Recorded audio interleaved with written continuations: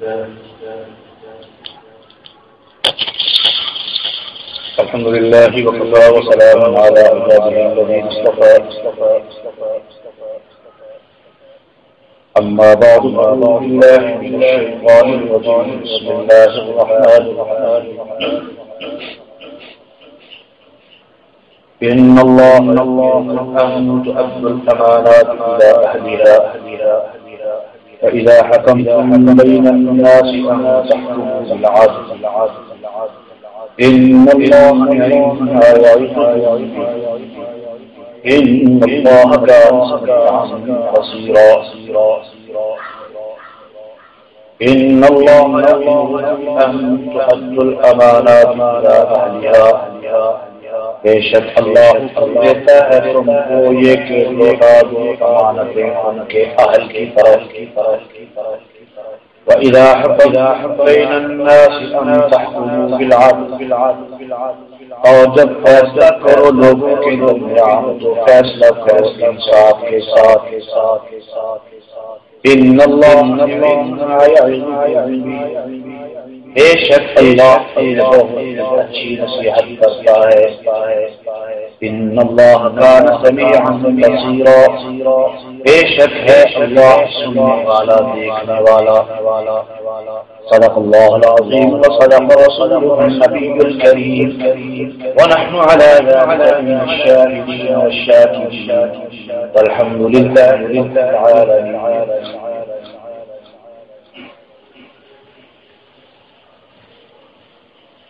برادران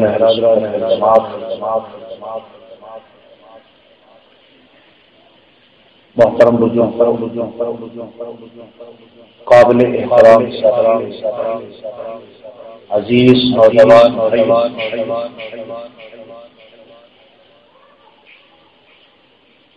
تکمیل انسانیت کی بنیاد اس موضوع پر ہمارا کے ساتھ چل رہا ہے اور اس وقت ان بچوں کو الگ الگ کرو یا باہر نکالو، ان کو الگ الگ بٹھاؤ یا باہر نکال دو.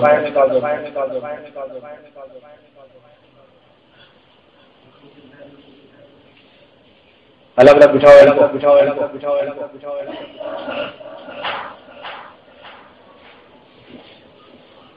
اصول حکمرانی کے عنوان پر بات چل رہی ہے. اسلام کے اندر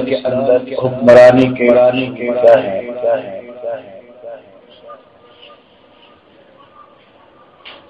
پہلا اصول حکمران اپنے آپ کو رعایا سمجھے. دوسرا اصول تکبر سے گریز کرے. تیسرا اصول زیب و زینت سے اجتناب کرے. چوتھا اصول دروازے پر آئے ہوئے ضرورت مند کی ضرورت پورا کرے. پانچواں اصول خفیہ دستی کے رعایت کرے،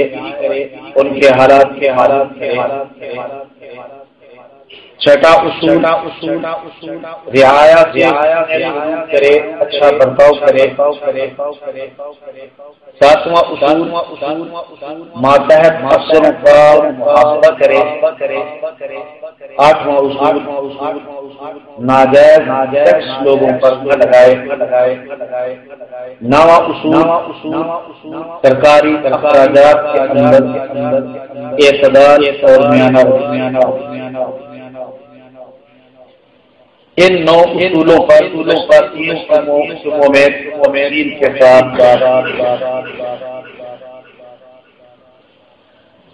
حکمرانی کا 10واں اصول یہ ہے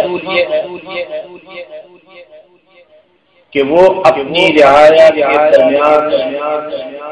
قومی وحدت کو، ان کے اتحاد و اتفاق کو قائم کرے اور عوام کے اندر کسی قسم کے طبقات اور طبقاتی فرق پیدا نہ اور یہ کسی صورت میں ممکن ہے کہ حکمران رعایا کے ہر طبقے کو اس کا حق دے، حقوق کی ادائیگی کے اندر وہ تفریق نہ کرے، اگر وہ رعایا کے طبقات کو ان کا آئینی اور انسانی حق دے گا تو قوم کے اندر کسی قسم کا انتشار اور تفریق پیدا نہیں، معاشرے کے اندر مختلف طبقات ہوتے، دنیا کی کسی سوسائٹی کے اندر، کسی سماج کے اندر، کسی معاشرے تمام لوگ ایک جیسے نہیں، نہ سوسائٹی کے تمام لوگ نہ سوسائٹی کے تمام لوگ غریب ہوتے، نہ سوسائٹی کے تمام لوگ کارخانوں کے مالک ہوتے، نہ سوسائٹی کے تمام لوگ نہ سوسائٹی کے تمام لوگ زمینوں کے مالک، نہ سوسائٹی کے تمام لوگ گزارے ہوتے، دنیا کی ہر سوسائٹی کے اندر طبقات مختلف ہوتے ہیں، وہاں کارخانے دار ہوں گے جو کارخانوں اور کارخانوں کے مالک ہوں گے، وہاں مزدور بھی ہوں گے جو ان فیکٹریوں میں کام کرنے والے ہوں گے، وہاں زمینوں کے مالک ہوں گے اور زمینیں کار کرنے والے مظاہرے ہوں گے، وہاں دولت ہوں گے، وہاں غریب بھی ہوں گے۔ یہ دنیا کی سوسائٹی کا ایک اصول ہے، ایک سوسائٹی کے اندر تمام لوگ یکساں نہیں ہوتے، اور یہ جو مختلف طبقات ہوتے ہیں، حکمران کی ذمہ داری ہے کہ ان تمام طبقات کو ان کے حقوق ادا کرے۔ جو حقوق اسلام نے متعین کیے، جو حقوق اسلام نے مقرر کیے، تمام طبقات کو تمام کا اس کا حق دے، کارخانے دار کو اس کا حق دے، کارخانے دار کا حق کیا ہے پر ناجائز ٹیکس نہ لگائے، مزدور کا حق یہ ہے کہ اجرت اس کا پسینہ خود ہونے سے پہلے ادا ذمہ دار کو اس کا حق دے، مظاہرے کو اس کا حق دے، امیر کو اس کا حق دے، غریب کو اس کا حق دے۔ اگر یہ حقوق ہر طبقے کو نہ ملے تو نتیجہ یہ نکلتا ہے کہ معاشرے کے اندر طبقات ایک دوسرے کے مقابلے میں آ جاتے ہیں، اور جب طبقات ایک دوسرے کے مقابلے میں آتے ہیں تو نظام مختلف ہو جاتے ہیں۔ اس وقت دنیا کے اندر دو نظام چل رہے ہیں، کیپٹلزم اور سوشلزم و کمیونزم۔ ایک سرمایہ دارانہ نظام ہے جو صرف امیر کو حق دیتا ہے، کارخانے دار، صنعتکار اور مالدار کو تحفظ دیتا ہے، غریب کے حقوق کو تحفظ نہیں دیتا۔ غریب سے غریب تر ہوتا چلا جاتا ہے، امیر تر ہوتا چلا جاتا ہے۔ یہ نظام امریکہ کے اندر، برطانیہ کے اندر، اٹلی کے اندر، دوسرے یورپین ممالک کے اندر موجود ہے، اور دوسرا نظام بالکل مقابلے میں آیا جو صرف غریب اور کسان کے حقوق کو سامنے رکھتا ہے، جس کے نتیجے میں کئی لاکھوں سے فیکٹریاں چھین لی جاتی ہیں، کارخانے داروں سے کارخانے چھین لیے جاتے ہیں، ذمہ داروں سے زمینیں قبضے میں لے لی جاتی ہیں، سرکاری تحویل میں لے لی جاتی ہیں، جو نظام اور چین کے اندر موجود ہے جسے سوشلزم اور کمیونزم کہا جاتا ہے، یہ دو نظام اس وقت دنیا کے اندر چل رہے ہیں۔ کیوں؟ اس لیے سوسائٹی کے اندر دو طبقے آمنے سامنے آ گئے ہیں، امیر غریب، کارخانہ دار اور ذمہ دار اور گزارے، یہ ایک دوسرے کے مقابلے میں آ گئے ہیں، اور کچھ لوگ اپنی سیاست کو چمکانے کے لیے ان اختلافات سے فائدہ اٹھا کر تو مختلف نظام تشکیل دے دیتے ہیں، مختلف نظام بناتے ہیں۔ اب روس کے اندر جو نظام مزدور کی حمایت کر رہا ہے، وہاں کا اصول کیا ہے؟ پیداوار کے جتنے 30 ذرائع ہیں وہ سارے کے سارے کوئی شخص اپنے مکان کا مالک بھی نہیں ہو سکتا، فیکٹری کارخانہ کا کوئی شخص اپنے مکان کا مالک بھی نہیں ہو سکتا، اس کا مکان گورنمنٹ کی ملکیت سے ہوگا، گورنمنٹ اس کو رہنے کے لیے جتنے عرصے تک دے، اس کا لباس گورنمنٹ سے جڑے ہیں، فیکٹریاں کارخانے گورنمنٹ کے جڑے، یہ سب کچھ قومی تحویل میں لے دیا جاتا ہے اور لے لیا گیا ہے، حتیٰ کہ بدقسمتی سے وہ اس انتہا تک پہنچ گئے کہ عورت کو ہی پیداوار کا ذریعہ قرار دے کر قومی تحویل میں لے لیا گیا کہ عورت ایک عورت ہے، شادی کے لیے ضروری نہیں کہ وہ تمہاری بہن، شادی کے لیے کوئی شادی نہیں کہ وہ تمہاری بیٹی نہ ہو، عورت ایک عورت ہے، قومی ملکیت ہے، کوئی شخص اپنی بہن سے بھی نکاح کر سکتا ہے، شادی کا تو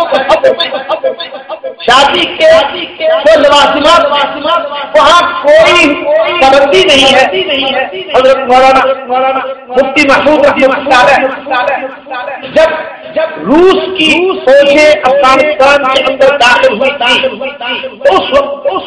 مولانا مفتی محمود رحمۃ اللہ علیہ نے ایک انکشاف کیا تھا کہ عام لوگ یہ سمجھتے ہیں کہ روسی فوجیں اچانک کسی معاہدے کے تحت افغانستان میں داخل ہو گئی۔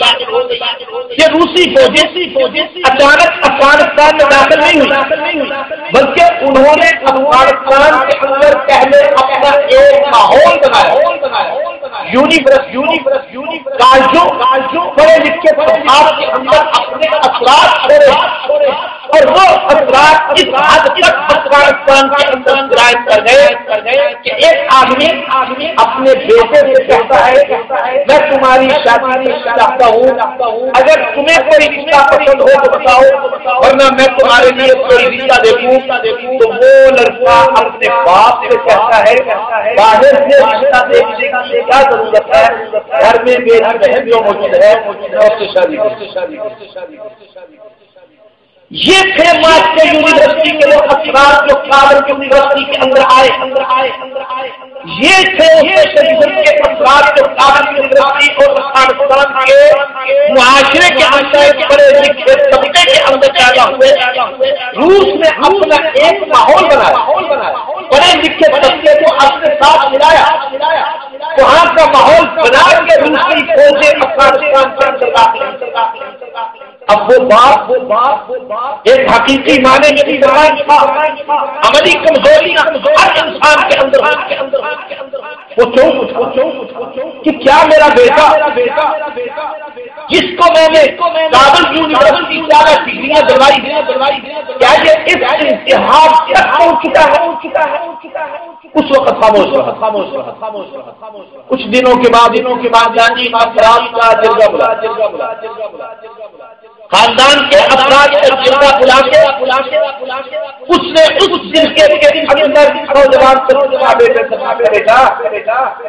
تمہاری شادی کرنا چاہتی ہوں، پنچایت سے یہ جرگہ بیٹھا ہوا ہے، تو اگر تمہیں کوئی رشتہ پسند ہو تو بتاؤ۔ اس نے اس فرقے کے اندر یہ الفاظ کہے، کل بھی تمہیں کہہ چکا ہوں مجھے باہر سے کسی لڑکی کو لانا نہیں، میرے گھر کے اندر میرا رشتہ موجود ہے، میں نکاح کروں گا، شادی کروں گا۔ اس جرگے کے اندر باپ نے اپنی اور 6 کی 6 گولیاں۔ یہ وہ نظام کہیں مزدور کا نام لے کر سوشلزم کا نظام چلایا جائے اور کہیں کارخانہ دار ان کے حقوق کے تحفظ کے لیے کیپٹلزم سرمایہ دارانہ نظام دیا جاتا ہے۔ جب حکمران پبلک کو اپنی رعایت کے تمام طبقات کو ان کے حقوق نہیں دیتا تو معاشرے کے اندر ایسے طبقات پیدا ہو جاتے ہیں جو آگے چل کے نظام کی صورت میں آ جاتے ہیں۔ یہ تو تھا امیر اور غریب کے درمیان کا فرق۔ ہمارے ہاں صرف امیر اور غریب کے درمیان طبقات کی بات نہیں، ہمارے ہاں تو مذہبی فرقہ واریت کے حوالے سے طبقات پیدا کر دیے گئے۔ ایک طبقے کو پوری سرکاری کا تحفظ حاصل ہوتا، اس کے ایک طبقہ وہ ہے جس کے ساتھ حکومت کا رویہ یہ ہے کہ وہ اپنی بات اسپیکر لگا پورا سال وہ اسپیکر پر اپنی بات کی نہیں کر سکتا۔ ایک طبقہ وہ ہے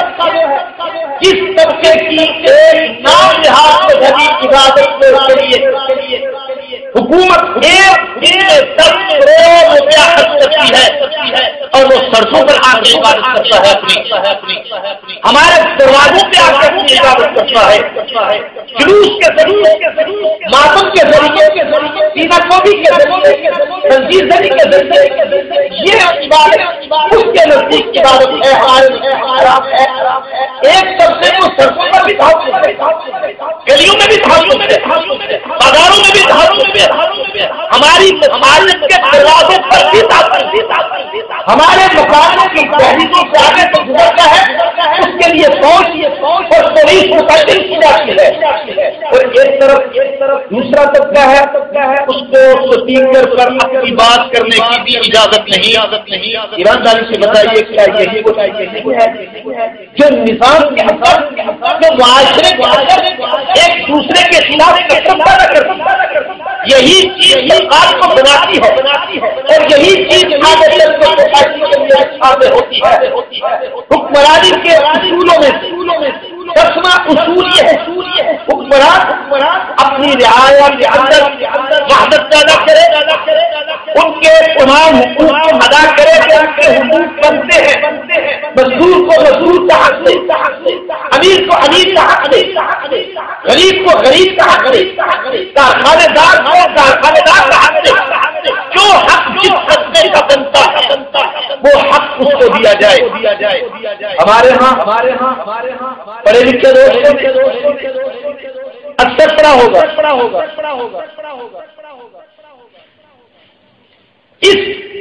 یہ طبقاتی تقسیم ہمارے قدر آ چکی ہے کہ ایک ملازم اپنے مالک کے ساتھ ایک چارپائی سے نہیں بلکہ اس کے برابر چارپائی پر ہی نہیں رہتا۔ دیکھ لیجیے جا کر جہاں مالک اگر چارپائی پر بیٹھا ہے تو ملازم کی ضرورت نہیں، نہ اس کو حق ہے کہ وہ دوسری چارپائی پر یا مالک کے برابر بیٹھتے ہیں زمین پر مالک کے۔ یہ تقسیم ہمارے یہاں موجود ہے، یہ فرق ہمارے ہاں موجود ہے، بلکہ میں ان کی کیا بات کی، ہمارے ہاں تو دینی اعتبار سے پیری مریدی کا جو سلسلہ شروع ہے جس کا شریعت کے ساتھ سے تعلق، اور یہ بات کہیں نہ ہو جانا، میں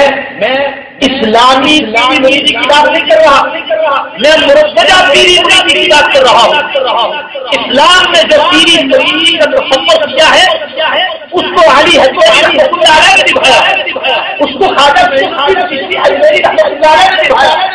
اس کو بابا فرید الدین شکر رحمۃ اللہ علیہ نے نبھایا۔ اس پیری مریدی کا میں مخالف نہیں بلکہ خود نقشبندی سلسلے سے تعلق رکھتا ہوں، خود پیر ہوں، پیر بنتا ہوں، مرید ہوں، میرا اپنا ایک سلسلہ ہے۔ میں ان پیشہ ور پیروں کی بات کرتا ہوں جو آج ہمارے معاشرے کے اندر ایک ناسور بن گئے ہیں، ان کے ہاں بھی مرید کو اپنے برابر بیٹھنے کی اجازت ہے۔ علماء کے اندر ایک حلقہ موجود ہے جو اپنے آپ کو اس قدر بلند سمجھتا ہے کہ وہ اپنے تعلق والوں کو اپنے برابر کسی دوسری چارپائی اور کرسی پر بیٹھنے یہ تفریق کیوں؟ اس تفریق کے نتائج کیا نکلیں گے؟ یہ مذہبی تفریق، یہ مالی تفریق، یہ ذہنی تفریق، یہ آخر کیوں ہے؟ حکمرانی کے اصولوں میں سے یہ ایک اصول ہے، حکمران اپنی قوم کے اندر وحدت پیدا کرے، حکمران اپنی قوم کے اندر اتحاد پیدا کرے، اور یہ اس وقت تک ممکن نہیں قوم کے تمام سماج کو ان کے حقوق نہیں دیے جاتے، بلکہ ہمارے ہاں تو یہ حد تک پڑ گئی ہے۔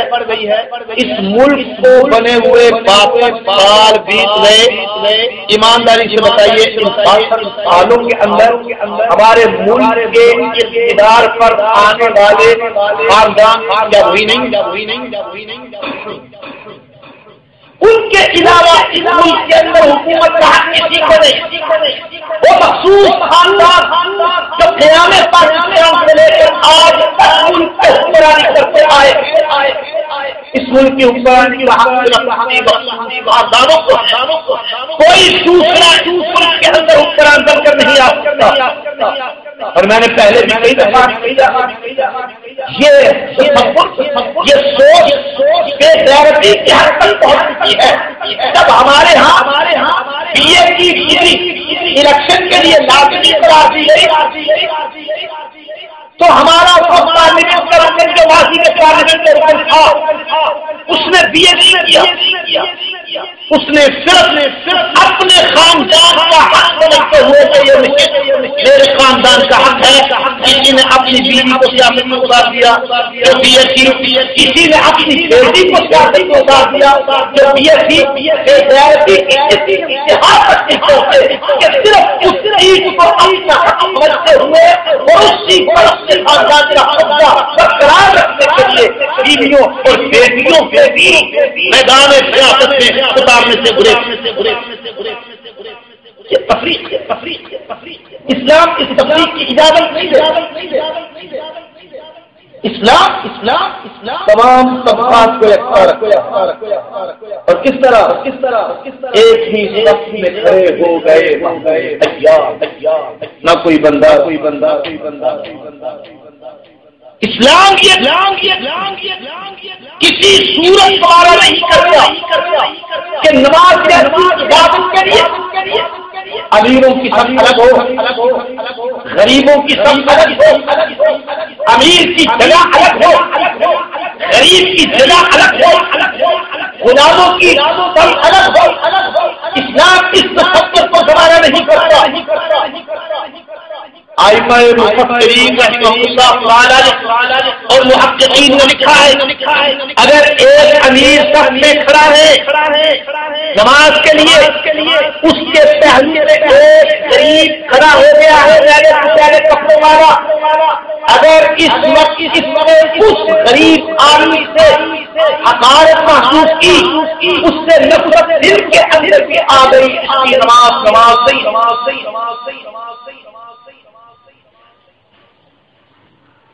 اگر اس نے محسوس کی یہ غریب میرے پہلو کے بظاہر روک نہیں سکتا، لیکن دل کے اندر اس طرح محسوس کرتا ہے کہ یہ میرے پہلو کیوں آ گیا؟ بلکہ ہمارے پہاڑ پہ لکھا ہے جو امام کسی بڑے کا انتظار کرنے کے لیے نماز کے اندر تاخیر کرتا ہے وہ نہ امام نماز پڑھانے کا اہل نہیں ہے، اس کے یہ اسلام اس کا انتظار کیا جا رہا ہے اس راتوں کے ساتھ آنے پر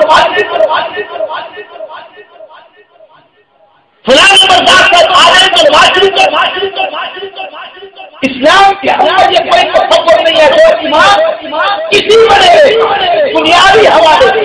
یہ مسئلہ یاد شرط لگا رہا ہوں بنیادی حوالے اگر کوئی عالم ہے اور عالم دین ہے، اگر کوئی بزرگ ہے اس کا انتظار کرنے میں کوئی حرج نہیں۔ اب اس طرح کسی شخصیت کا علم دین اور بزرگی کا کیا دنیا کے کسی دنیا کے کسی اسلام کا یہ تصور ہے ایک ہی صف کے اندر جہاں آقا کھڑا ہوگا وہاں جہاں امیر کھڑا ہوگا سب کے لیے جب تک یہ اصول اپنایا نہیں جاتا اس وقت قوم کے اندر وحدت پیدا نہیں ہو سکتی، یہ نفرتیں بڑے یہ عداوتیں بڑے دلوں کے اندر انتقالی جذبات رہیں گے، وہ قوم اس وحدت کی ذریعے کبھی بھی کوئی نہیں چاہتی۔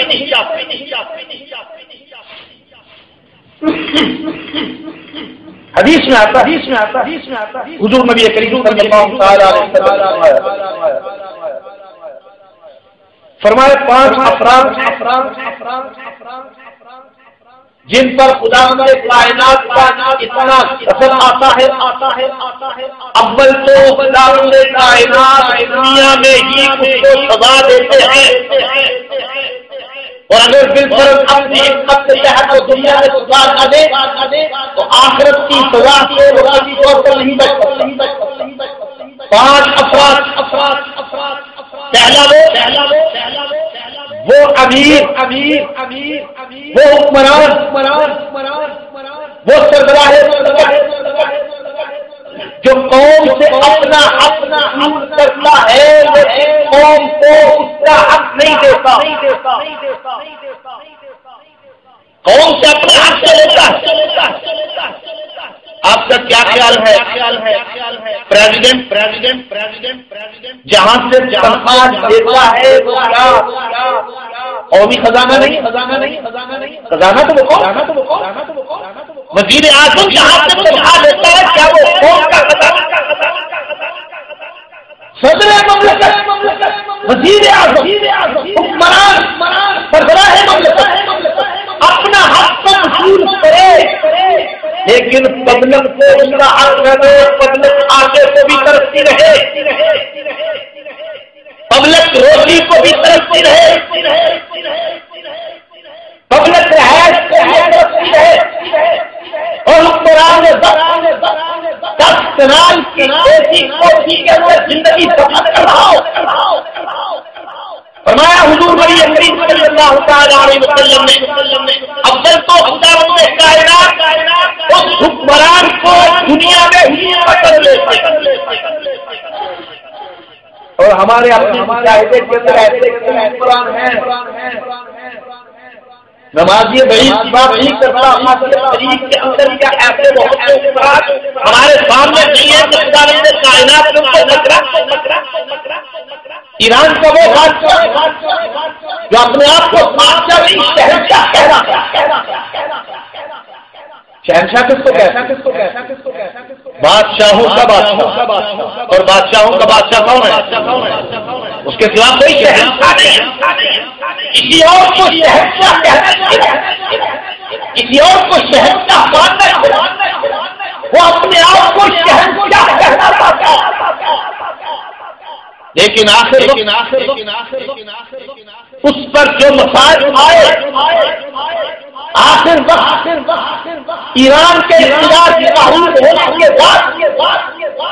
اس پر جو حالات آئے وہ دنیا کے تمام حکمرانوں کے لیے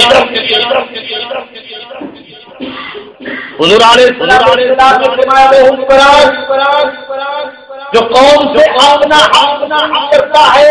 قوم کو اس کا حق نہیں دیتا خداوند کائنات کو ضرور پکڑتا ہے. دوسرا فرمایا وہ حکمران کہ لوگ تو اس کی اطاعت کرتے نظام کے حوالے سے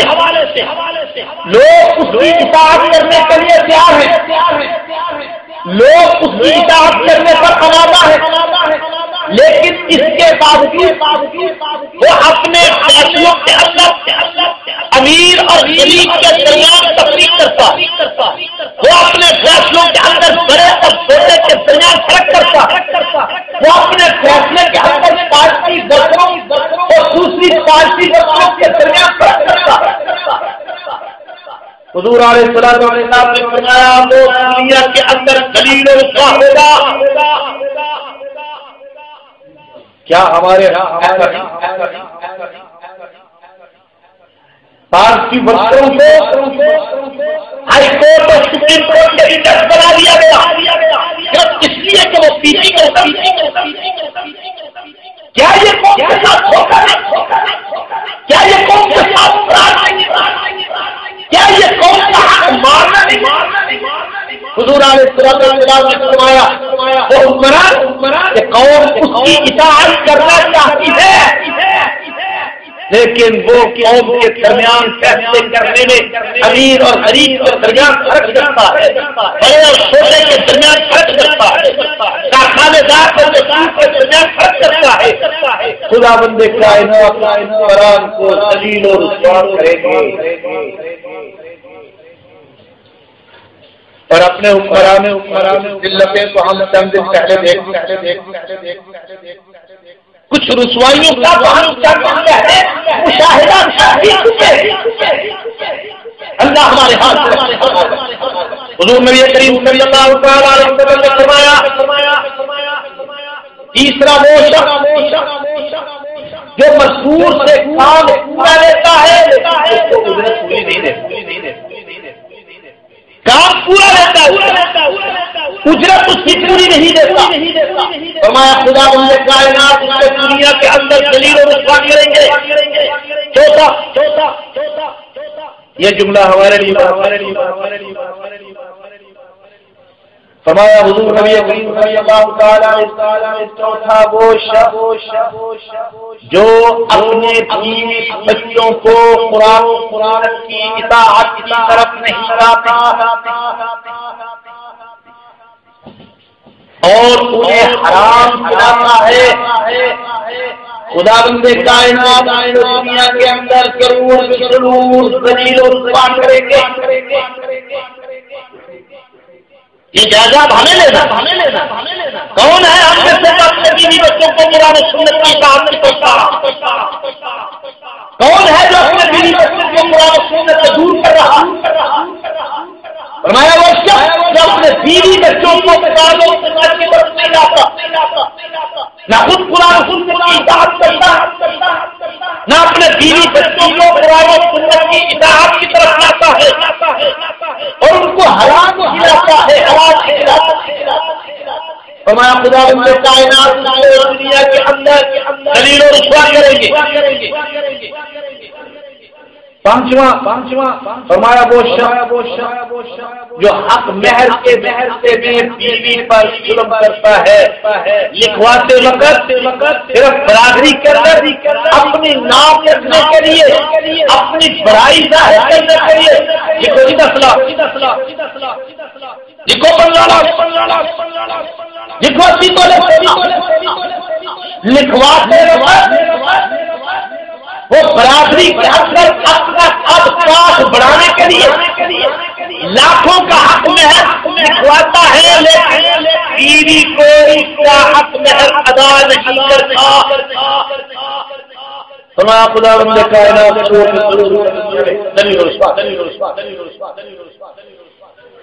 خدا بند کائنات ضرورت دنیا کے اندر کیا کریں گے تو حکمرانی کا یہ چلتا اصول قوم کے اندر راحت پیدا کرنا ان کو ان کے حقوق ادا اور حکمرانی کا کیا حکمرانی کا کیا حکمران پر یہ بات ہے کہ علماء دین علماء حق سے رہنمائی حاصل کرتا رہے کہ حکمران کی ذمہ داری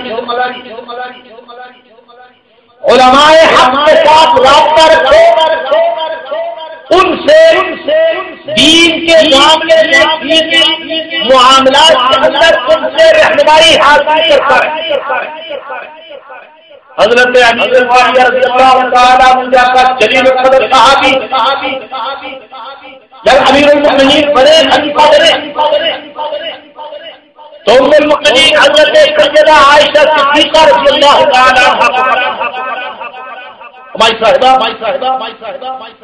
مجھے کچھ نصیحتیں کیجیے کہ ان نصیحتوں کی روشنی میں میں حکومت کروں تو خداوند کائنات کے ہاتھ شروع ہو جائے امیر معاویہ جیسا جلیل القدر صحابی رضی اللہ تعالی ام المؤمنین حضرت عائشہ صدیقہ رضی اللہ تعالی عنہا سے رہنمائی حاصل کرنے کے لیے حضرت عائشہ رضی اللہ تعالی عنہا نے جواب اے معاویہ میں نے حضور نبی کریم صلی اللہ تعالی علیہ وسلم سے سنا جو آدمی حکمران لوگوں کی خوبصورتی حاصل کرنے کے لیے اللہ کی رضا حاصل کرنے سے بے پرواہ ہو جائے اس حکمران سے خدا بھی ناراض ہو جاتا ہے لوگوں کو بھی اس سے ناراض کر دیتا جملہ توجہ کیجیے جو حکمران لوگوں کی خوشبودی حاصل کرنے کے لیے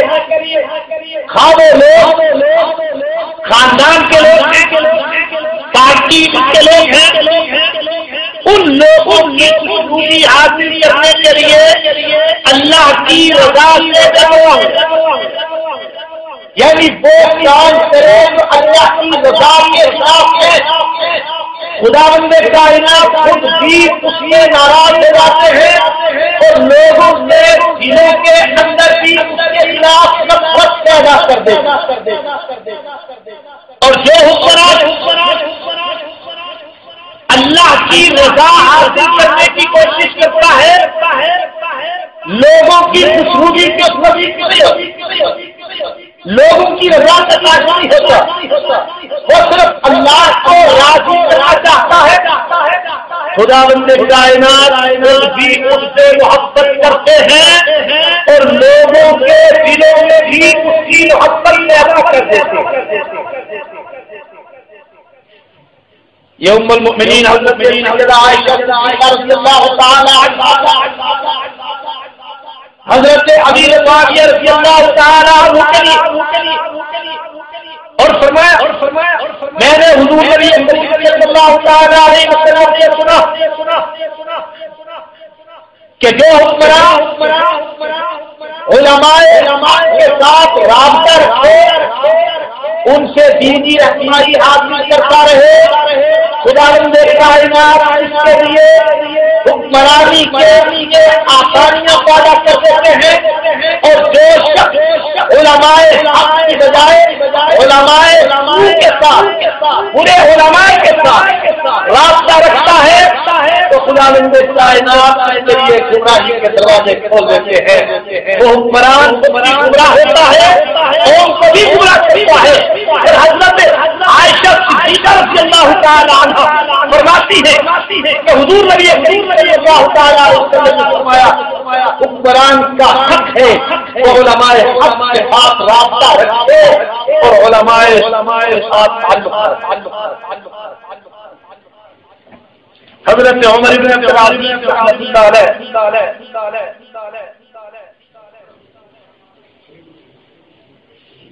حضرت محمد بن سعد القرظی رحمہ اللہ تعالی سے بلایا اور ان سے پوچھا حضرت مجھے کچھ نصیحتیں کیجیے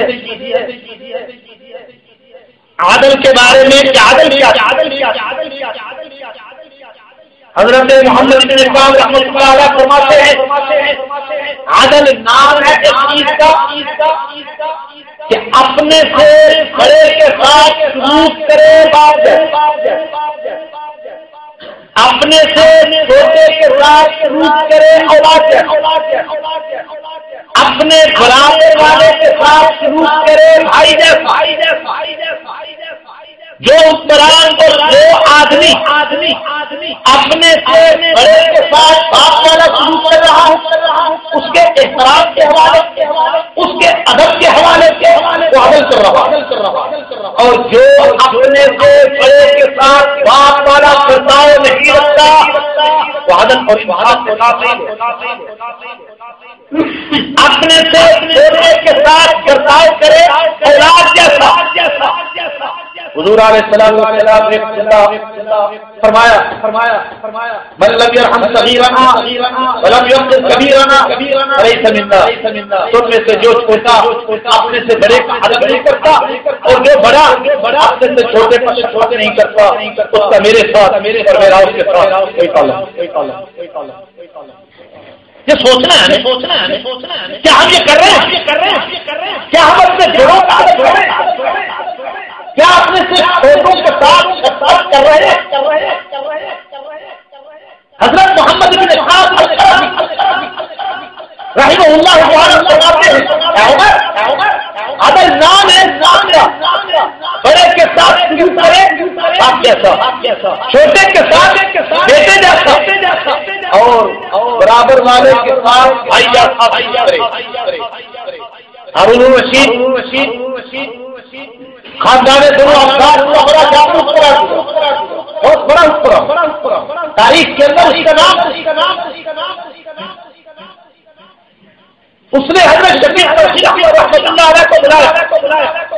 حضرت مجھے تین نصیحتیں حضرت شفیع رحمۃ اللہ علیہ تین نصیحت ہارون تجھے ابو بکر کا جانشین بنایا گیا ہے اور اللہ تم کو اسی سچائی اور صداقت کا تقاضا کرتا ہے جو ابو بکر سے تقاضا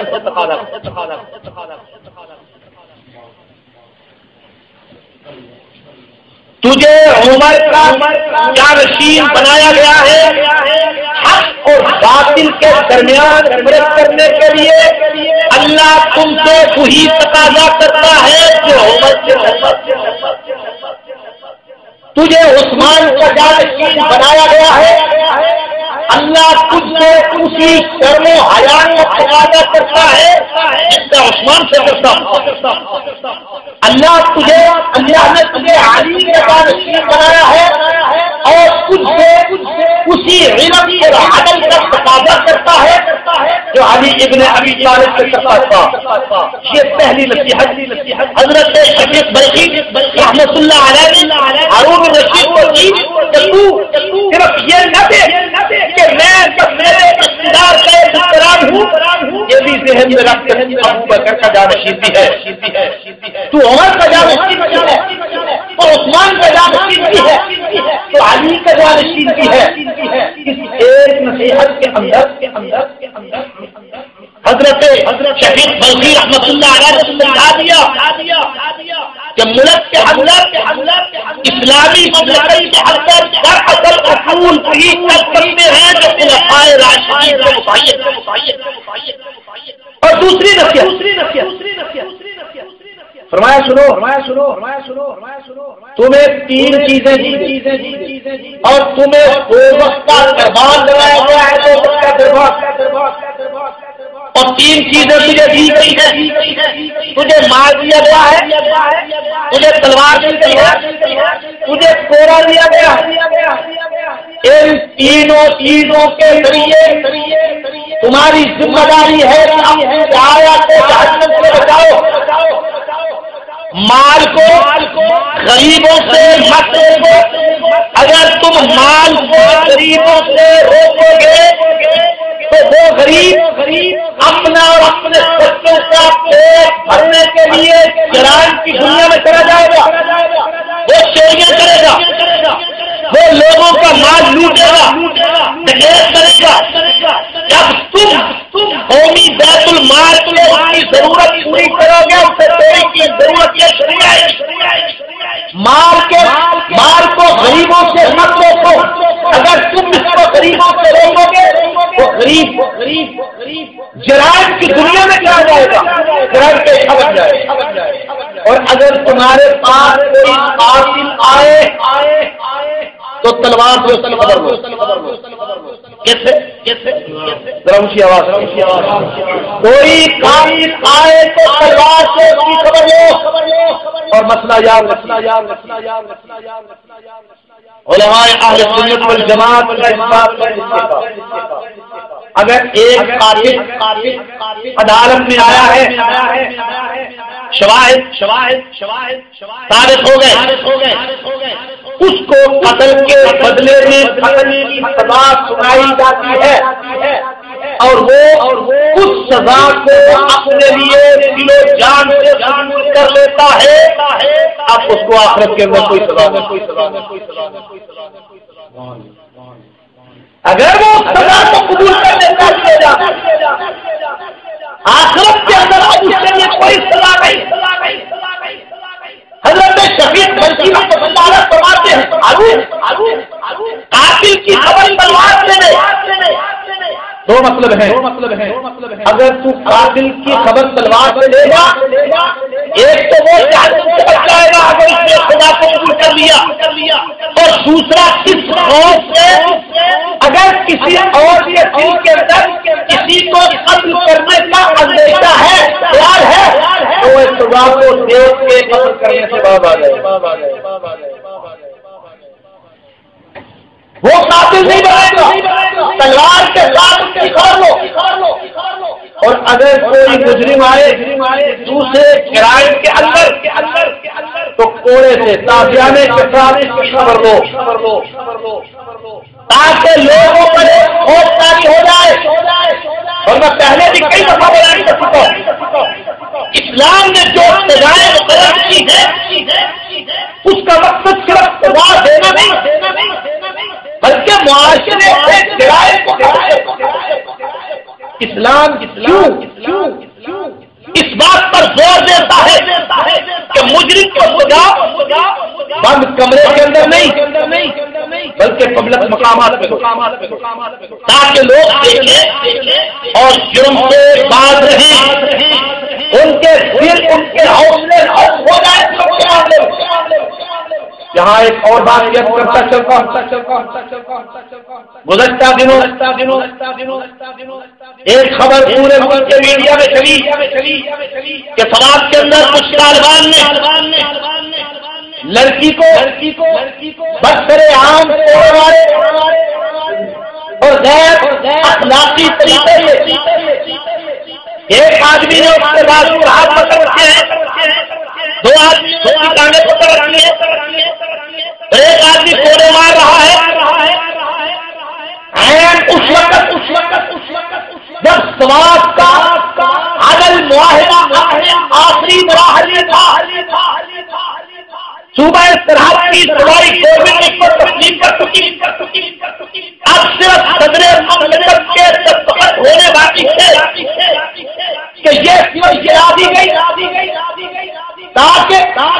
صدر مملکت کو عدل معاہدے پر دستخط کرنے سے روکا جائے۔ صوبہ سرحد کی حکومت، وہاں کا قرآن کا وزیر اطلاعات یہ سارے یہ بیان دے چکے ہیں کہ ایسا کوئی واقعہ اس علاقے کے اندر نہیں ہوا۔ ایک مصنوعی کے اختیار کر کے ایک این جی او نے اسلام دشمن این جی او نے ایک مصنوعی فلم تیار کر کے اس کو پبلک کے سامنے ریلیز کیا، کس طرح چلایا کہ لوگوں کے دلوں کے اندر اسلام کی نفرت پیدا ہو. کیا اسلام اتنا وحشیانہ ہو گیا؟ لڑکیوں کو مسئلے مارتا ہے. اسلام کا ایسا کوئی تصور نہیں ہے. اسلام ایسی کسی بار ایسے کسی طریقے کی کوئی اور راستہ ہی نہیں کرتا، نہ اس کی اجازت دیتا ہے. اسلام کی گھنٹوں میں عدل معاہدے کو ناکام بنانے کے لیے اور اسلام کو بدنام کرنے کے لیے میڈیا پر یہ کیا ہے. تاجدار رہنما سختی کے ساتھ اس بات کی تصدیق کر چکے ہیں اور سوال کا کمشنر بھی اس بات کی سختی کے ساتھ تصدیق کر چکا ہے. وہاں کے مقامی لوگ بھی سپریم کورٹ میں اپنے حلفیہ بیان دینے کے لیے تیار بیٹھے ہیں. ہمارے علاقے کے اندر ایسا کوئی واقعہ نہیں. میں پوچھتا ہوں کیا میرے ملک کے اندر پورے ملک کا میڈیا ایک تصویر کو آج دوسرا منٹ کرا رہے ہیں، آج دوسرے منٹ اس تصویر کو کرا رہے ہیں. جس تصویر کے بارے حقائق سامنے آ چکے ہیں وہ بڑی تصویر ہے. کیا میرے ملک کے اندر کوئی ایسا قانون نہیں کہ میڈیا کے ان لوگوں کو جنہوں نے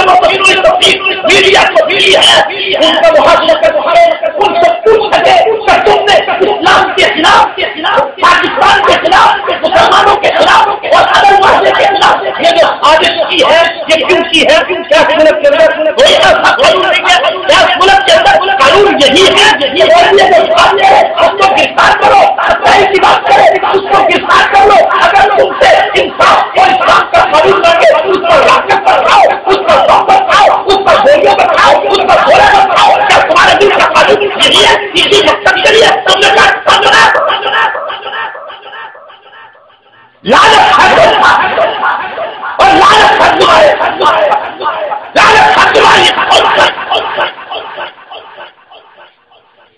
وہ ایک جو اب تک غالباً میڈیا پہ چل رہی ہے، جو اب تک میڈیا پہ چل رہی ہے، وہاں کے لوگوں کی طرف سے یہ بات سامنے آنے کے باوجود کہ ہمارے علاقے میں ایسا کوئی اسلام جرائم کی جو سزا متعین کرتا ہے وہ جرائم کو ختم کرنے کے لیے، لیکن ہمارے وہ اس نظام کی بات نہیں کرتا جو کتاب کے اندر ہے. ہمارے ملک کے اندر کیا نظام؟ ایک نظام وہ ہے جو کتاب کے اندر ہے جسے ہم پورے پاکستان کہتے ہیں. ایک نظام وہ ہے جو ہماری طور پر مطلب کے اندر ہے. میں خدا کو جواب نہ کے کہتا ہوں یہ دونوں نظام آپس میں دوسرے کے دونوں ہیں. کتاب کے اندر قانون اور ہے، پریزیڈنٹ ہاؤس کے اندر قانون اور ہے. کتاب کے اندر قانون اور ہے، وزیر اعظم ہاؤس کے اندر قانون اور ہے. کتاب کے اندر قانون اور ہے، شہریوں کے اندر قانون اور ہے. کتاب کے اندر قانون اور ہے، قانون کے اندر قانون اور ہے. کتاب کے اندر قانون اور ہے، دولت کے اندر قانون اور ہے. میرے ملک میں تو قانون کی یہ وہ کتاب کا قانون جسے ہم آئین پاکستان کہتے ہیں، جسے ہم دستور پاکستان کہتے ہیں. جو کچھ ملک کے اندر ہو رہا ہے اس کتابی قانون کیا آپ کے ملک کے تمام محکموں کے اندر رشوت نہیں کرے؟ کیا اس کتاب کے اندر اجازت موجود ہے؟ آپ کے ملک کے اندر یہ جو کمیشن کر رہے ہیں اور کمیشن کے نام سے حملے کر رہے ہیں، کیا وہ کتاب کا قانون اس بات کی اجازت دیتا ہے؟ کتاب کا قانون اور ہے، پبلک کے اندر جو تم کر رہے ہو. اسلام جرائم کے خاتمے کے لیے قانون تاکہ جرائم کا خاتمہ ہو. حضرت شبیر بلخی رحمۃ اللہ علیہ فرماتے ہیں ہارون تجھے 3 چیزیں دی گئی ہیں، مال، تلوار اور کافیانہ، ان کے ذریعے لوگوں کو جہنم سے بچا۔ اگر تو نے ایسا نہ کیا تو میری بات یاد رکھ، میدان محشر میں جہنم میں جانے کے لیے ان سے آگے ہوگا یہ تیرے پیچھے۔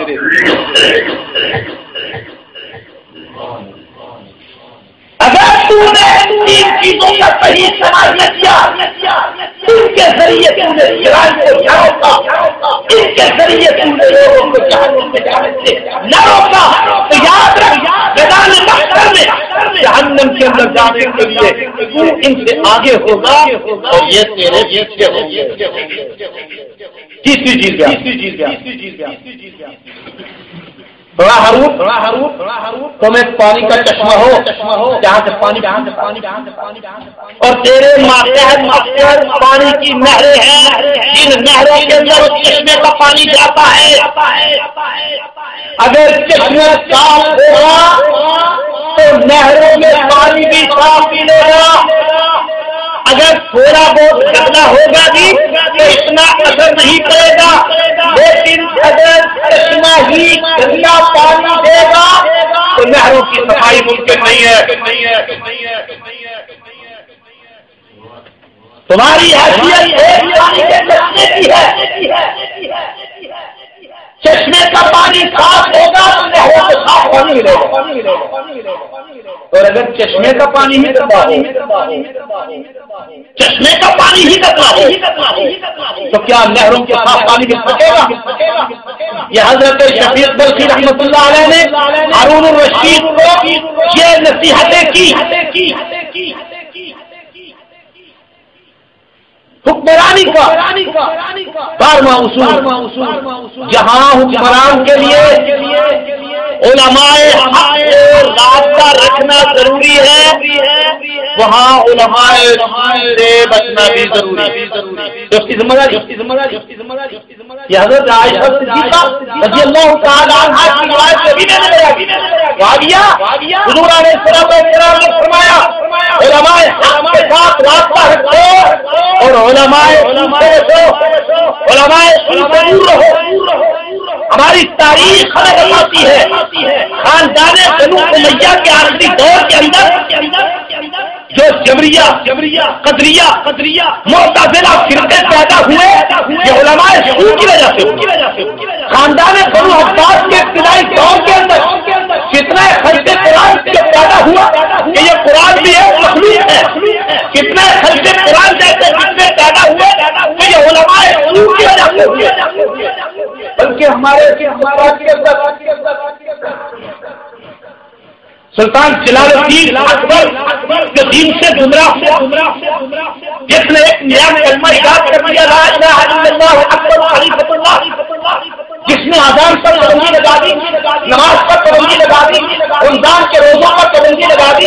ایک نیا دین الہی کے نام سے ایک نیا دین تیار کر دیا۔ اس کے پیچھے کون تھا؟ ملا مبارک،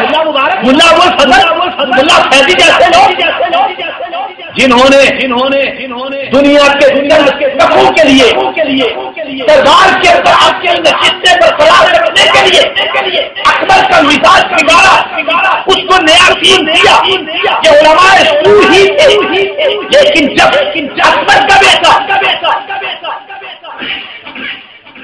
اکبر کا بیٹا جہانگیر مسجد بازار میں آیا وہ علماء سوء کے اندر سے نکلا اور مجدد الفسانی رحمۃ اللہ علیہ جیسے علماء حق کی صحبت میں آیا۔ اس بیٹے نے اپنے باپ کے بنائے ہوئے اب باپ بیٹے کے بیٹے کو صحبت ملی تو باپ کو صحبت ملی تو علماء سوء کی پورے علماء بھی اس غلط علماء دنیا کے سرکتوں کے لیے ایمان اور زمین بیچ دینے والے علماء کی اور بیٹے کو صحبت مل گئی مجدد الفسانی کی، اسی بیٹے کے ہاتھ باپ کا وہ زندہ ہوا تو حکمران کے لیے 12واں اصول بنا لیجیے کہ وہ علماء معصیت قریب کے اندر خاص کو گمراہ کیا. اس وقت ڈاکٹر فضل الرحمان جیسا عالم اسلامی نظریاتی مرکز کا چیئرمین بنا اور اس نے ایسے آئینی قوانین بنائے جو اسلام کے سراسر مخالف تھے. اور آج مشرف نے اسلامی نظریاتی کونسل کا جو چیئرمین بنا رکھا ہے ڈاکٹر خالد مسعود، وہ بھی منکر حدیث ہے، ملحد ہے، دین پر اس کا ایمان تو یقین نہیں ہے. لیکن اس کا جب حکمران ڈاکٹر فضل الرحمان اور ڈاکٹر خالد مسعود جیسے حدیث کے مخالفین سے رہنمائی کریں گے تو کیا ہمیں خالص دین ملے گا؟ کیا ہمیں خالص اسلام ملے گا؟ کیا ہمیں حضور علیہ السلام کی خالص سنت ملے گی؟ خداوند کائنات عمل کرنے کی توفیق عطا فرمائے. باقی انشاءاللہ